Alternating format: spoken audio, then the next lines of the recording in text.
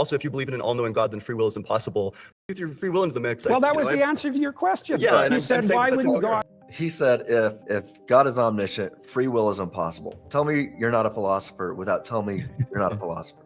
Well, and it was funny because he goes, well, you brought up free will, and Yeah. Dr. Peterson was like, well, yeah, because that explains the answer to your question. Wrote an entire book on this subject. And the second edition is 100 pages bigger than this one.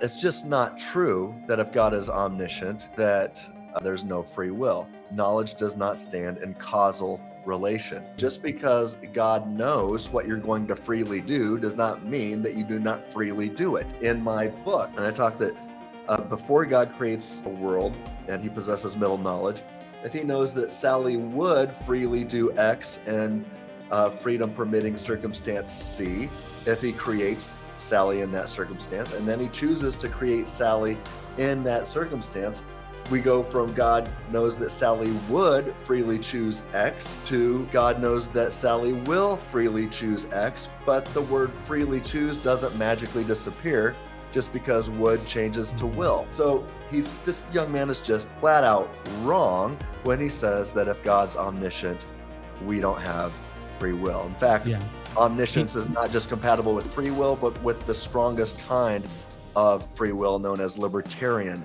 freedom.